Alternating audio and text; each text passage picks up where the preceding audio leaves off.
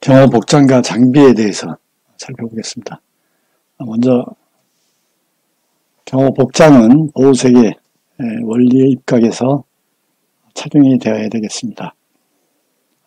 법제상 규정을 살펴보면은 신변보호 업무를 수행하는 민간경호의 장비는 분사기를 휴대할 수 있는데 경비업법에 근거하고 있습니다. 청원경찰의 무기 휴대에 대해서는 청원경찰법에 규정이 되어 있습니다. 특수경비원의 무기 휴대에 대해서는 경비업법에 규정이 되어 있으며 가스분사기, 전기충격기 소지에 대해서는 총포도검류 화약류 법률상의 허가를 득해야 됩니다. 경찰관은 경찰의 공무원법에 무기 휴대에 대해서, 다음에 경찰관 직무집행법에 무기 사용에 대한 근거 규정을 두고 있습니다. 경호장비의 유형별 관리입니다. 먼저 경호장비는 호신장비, 방호장비, 기동장비, 검색장비, 통신장비로 구분할 수 있습니다. 경호장비는 개인장비와 공용장비로 구분해서 운영을 할 수가 있는데, 개인장비에는 권총, 무전기, 가스총, 전자충격기, 3단봉, 방탄복, 색안경, 소형 플래시, 경호 대상자 관련 사항이 기록된 임무카드가 되겠습니다. 공용장비는 방탄막, 방탄가방, 방독면, 상안경, 우산, 우의, 야간 투시장비 등이 해당되겠습니다. 방호장비에는 선글라스, 보안경이죠. 차량 스파이크 트랩이 있으며, 방탄조끼는 호신장비에 속하고, 검색장비에는 엑스레이 수화물 검색기가 있습니다. 먼저 호신장비 살펴보겠습니다. 방탄조끼, 분사기가 해당이 되는데, 휴대용 분사기 위의 사거리는 2 내지 3m가 되겠습니다. 일반 분사기의 위의 사거리는 4에서 5m가 되겠고, 389형 리볼버 권총은 6조 우선 또는 자선이 되겠으며, 459형 권총은 6조 자선, K2와 M16은 6조 우선이 되겠습니다. 방호장비입니다. 방부를 설치하여 진입하려는 적의 심리 상태를 미리 불안 좌절시키는 효과를 가진 장비가 되겠습니다. 자연적 방벽과 물리적 방벽, 그리고 차량 스파이크 트랩, 바리케이트, 선글라스 등이 되겠습니다. 기동장비에는 차량, 항공기, 선박, 열차 등으로 구분할 수 있겠습니다. 검색장비입니다. 검색장비는 경호 위해 요소에 대한 분석과 판단으로 적절한 조치를 강구하여 위해 요소를 사전에 제거하는 데 활용되는 장비입니다. 검색장비는 위해 도구나 위해 물질을 찾아내는 데 사용하는 장비이고, 검측장비는 위해 물질 존재 여부를 검사하거나 시설물 안전점검에 사용되는 도구로서 탐지장비, 처리장비, 검측공구로 분류할 수 있겠습니다.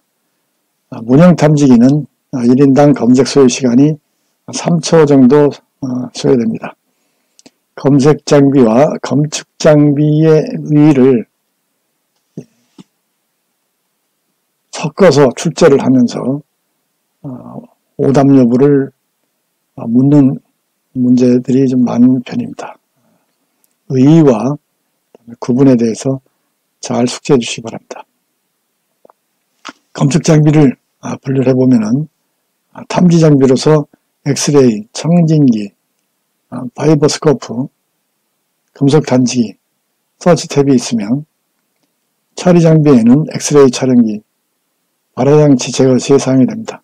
폭발물 처리 키트, 물포 등이 있으면, 검측 공구에는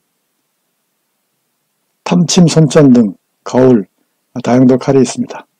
다음 감시장비입니다. 인력 부족으로 인한 경호 취약점을 보완하는 수단으로서 침입 행위를 사전에 알아내는 데 중요한 역할을 하는 장비가 되겠습니다.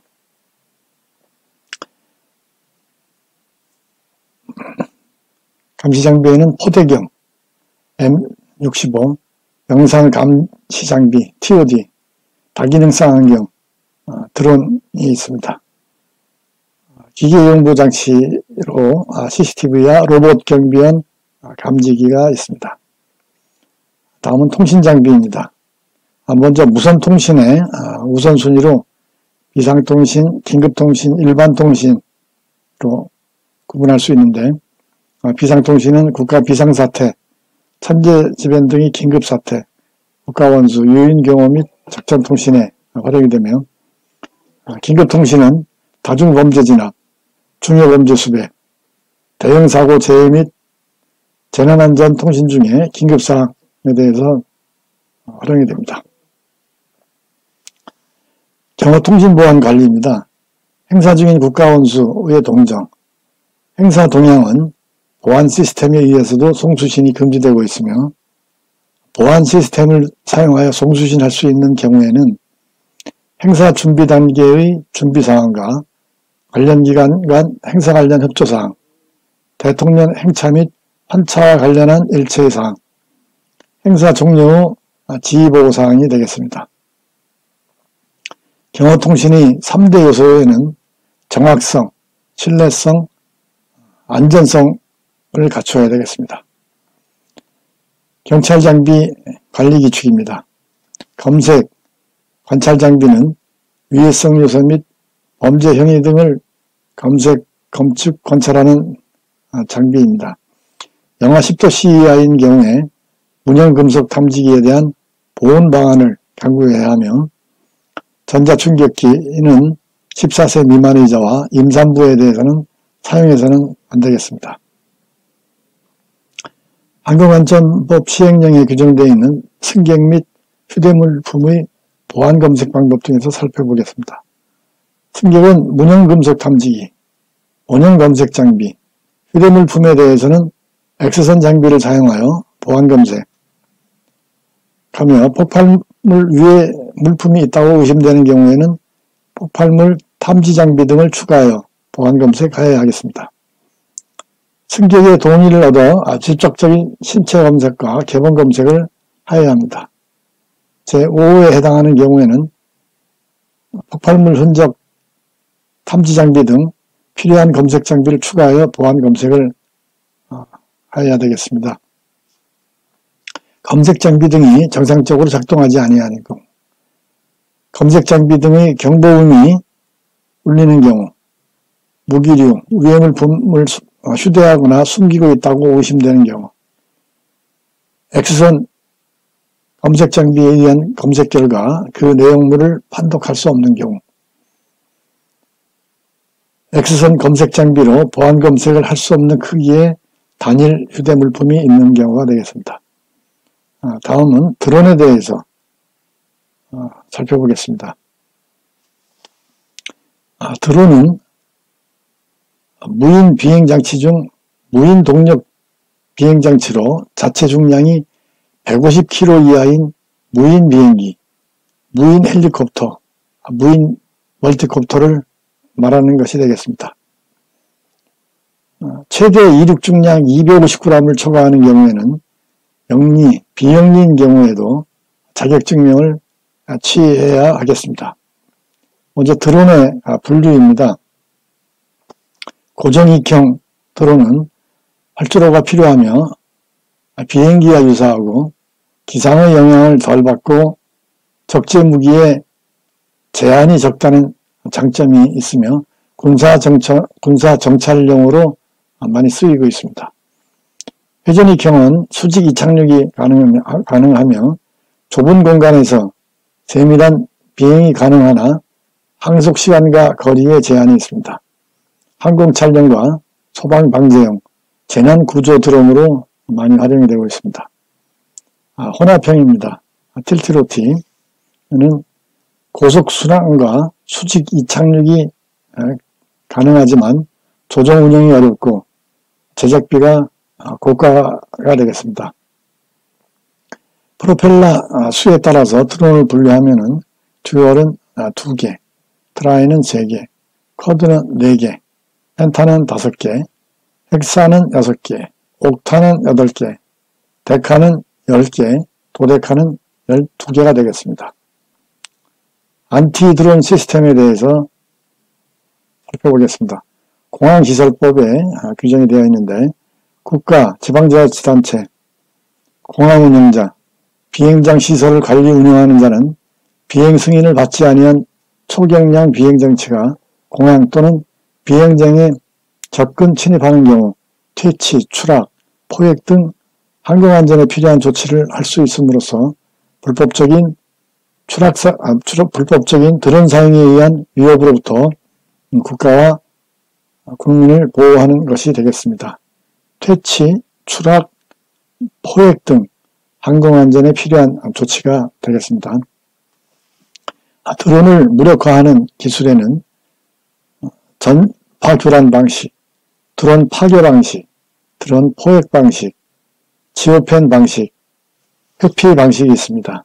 여기서 지오펜 방식이란 드론 운영이 소프트웨어에 비행금지 구역을 GPS 정보로 입력해서 특정 지역에서는 강제로 운행을 하지 못하게 하는 방식이 되겠습니다. 안티드론 시스템 요소의 기술을 분류해 보면은 첫 번째 무인 비행체 탐지 기술이 되겠습니다. 음향 탐지 센서, 방향 탐지 센서, 영상 탐지 기술, 레이더 센서. 레이더 센서는 특정 펄스를 전송하고 반사되어 오는 전파의 에너지, 주파수 등을 가지고 물체의 위치 등을 판단합니다. 다음은 RF 탐지 기술은 드론의 조종신호, 드론에서 전송하는 영상신호를 구분하여 드론을 탐지합니다. ISM 대역을 사용하는 와이파이를 많이 사용하고 있습니다. 비행 무력화 기술은 전파 교란 기술, 파괴 기술, 포획 기술로 분류할 수가 있겠습니다. 안티드론의 탐지 및 식별 방법으로는 액티브 방식에는 레이더를 활용하여 탐지하며 촬영한 사진을 통해 드론인지 여부를 식별하고 탐지거리가 길고 정확성이 높은 편이나 사각지대가 발생하며 초소형 물체를 잘못 식별하는 단점이 있습니다. 패시브 방식은 라디오 통신, 외형, 소리 등의 특성을 활용하여 탐지, 식별하는데 비용이 저렴하고 오탐지율이 낮은 반면에 탐지거리가 짧은 단점이 있습니다. 복합 방식이 있습니다. 드론의 활용과 법적 규제에 대해서 살펴보겠습니다. 군용, 경찰용, 세관용 무인 비행장치와 관련된 업무에 종사하는 사람에 대해서는 항공안전법 적용을 제외하고 있습니다. 개인정보보호법상 영상정보를 사용할 수 있는 경우에는 범죄 예방, 시설안전 및 화재 예방, 교통단속 등 매우 제한적이라 하겠습니다.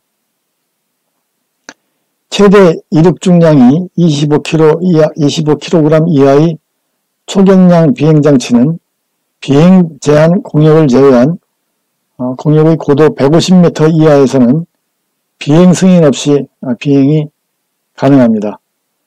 반면에 25kg이 넘는 드론은 비행 승인을 득해야 되겠습니다. 예외사항으로 가축 전염병 예방과 확산 방지를 위한 소독 방역 업무 등의 긴급 상황 시에는 승인이 불필요하다고 하겠습니다. 조종자의 유의사항으로서 군 방공 비상사태 인지 시에는 즉시 비행을 중지해야 하며 항공기 부근에서의 접근 금지, 다른 초경량 비행장치에 가깝게 접근하는 것을 금지하며 사주경계를 철저히 하고 기상 악화 시에는 비행을 금지하며 기체 흔들기, 자세 기울기, 급상승, 급강하, 급선회를 금지하며 최대 이륙 중량 초과하는 것을 금지하고 있으며 이륙 전 기체 및 엔진을 점검하고 장애물이 없는 곳에서 이착륙을 해야 하며 정해진 용도 이외의 사용을 금지합니다.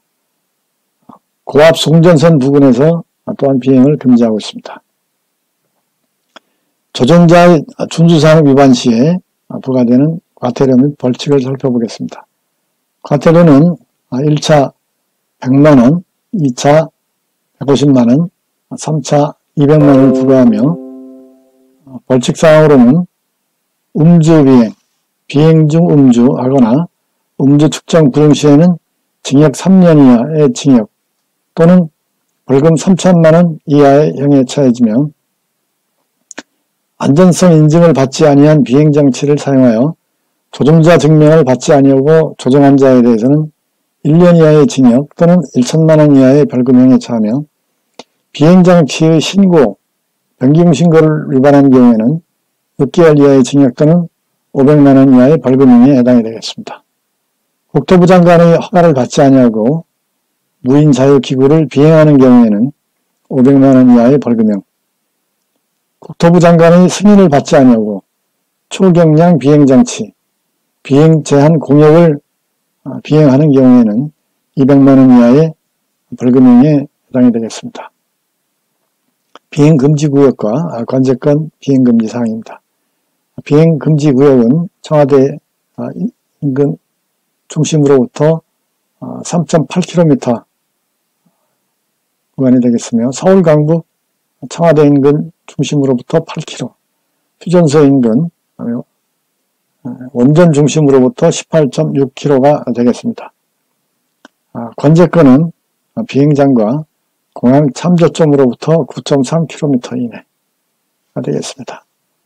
초경량 비행장치 신고에 대해서 살펴보겠습니다.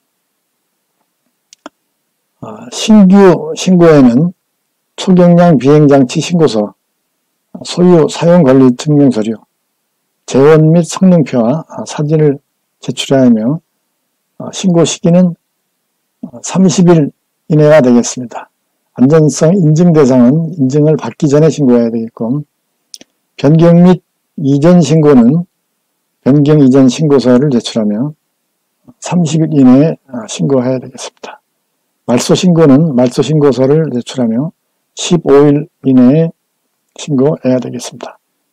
안전성 인증 대상이 되는 거에는 동력 비행장치, 동력 패러글라이더, 회전익 비행장치가 되겠으며 자체 중량 12kg를 초과하는 12kg을 초과하고 길이 7m를 초과하는 무인 비행선, 사람이 탑승하는 기구류, 항공 레저 스포츠 사업용 행글라이더, 패러글라이더 및 낙하산류가 되겠습니다. 무인 동력 비행장치 신고 대상을 확대해서 자체 중량 12kg을 초과하는 기체에서 최대 이륙 중량 2kg을 초과하는 기체로 신고 대상을 확대하였습니다. 이상 강의를 마치도록 하겠습니다. 끝까지 경청해 주셔서 대단히 감사합니다.